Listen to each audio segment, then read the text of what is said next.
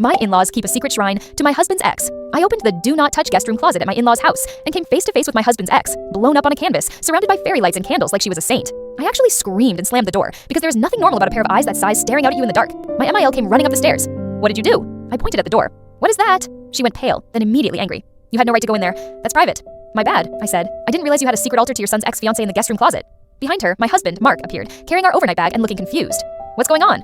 Ask your mother, I said. She's the one running a single-woman church upstairs. He frowned, opened the closet, and froze. There she was, Lily, smiling in multiple framed photos, holding his hand, wearing what was clearly her old engagement ring in one shot. There were dried flowers taped up, a candle with a Virgin Mary sticker, a freaking shadow box with their movie tickets and a dried corsage. In the center, on a little IKEA table, a photo of them with soulmates written in glitter.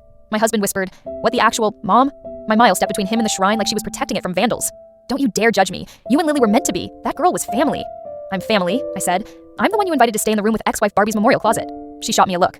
We've known her since she was 16. We were planning a wedding. We had deposits. You just appeared, she said, waving a hand at me like I was spam. Phil shuffled by in the hallway. It's just nostalgia, he muttered. Nothing wrong with remembering the good times? Nothing wrong, I said. There's a literal candle under a silk scarf in there. You're one power surge away from burning down the house for a woman who doesn't even live in this country anymore. Mark rubbed his temples. How long has this been here? My MIL sniffed. Since the breakup. I needed somewhere to process my grief. Your grief? I echoed. She broke up with him, not you. She glared at me. You wouldn't understand. You stole her future. Mark snapped. Mom, I proposed to Lily 5 years ago. She cheated on me and left. I met my wife 2 years later. No one stole anything. Mill's voice went up an octave. She made a mistake. You didn't even try to fix it. You just ran off and married the first girl who looked at you. Your son married me after 2 years of dating and living together, I said. Not exactly a Vegas elopement behind a dumpster. We all stood there, the 4 of us, staring at the shrine like it might start chanting. Finally, I said, okay, so here's the problem. I'm not sleeping in a room with that closet in it.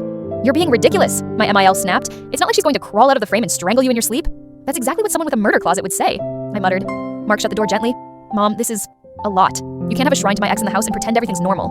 Why not? She demanded. You were going to marry her. It's not my fault you threw away your destiny. And married me, I said. Hi, still here. We ended up driving back to our apartment that night instead of staying over like we'd planned. In the car, Mark kept saying, I had no idea. I thought she just kept a couple old photos. You thought wrong, I said. She built a museum. I stewed about it for days. Then I did what any petty, hurt, mildly unhinged person would do. I went hunting for contact info. Lily, the ex, was very much alive and very much on Instagram, based on the fact that she posted a soft launch engagement pic with some bearded guy and a can't wait to marry my best friend caption. I showed Mark. He shrugged. Good for her. Then I said, do you want to see something fun? I screenshotted the closet shrine. I'd snapped pics while Mile was yelling at me because of course I did, and DM'd them to Lily with exactly one message. Hey, weird question. Do you know my in-laws turned their guest room closet into a shrine to you? I'm Mark's wife, by the way. She read it within 10 minutes. Then, what is that, I explained, with receipts? How they still called her our real girl. How my Mill accidentally called me Lily at Christmas. How she talked about their almost wedding like a dead child.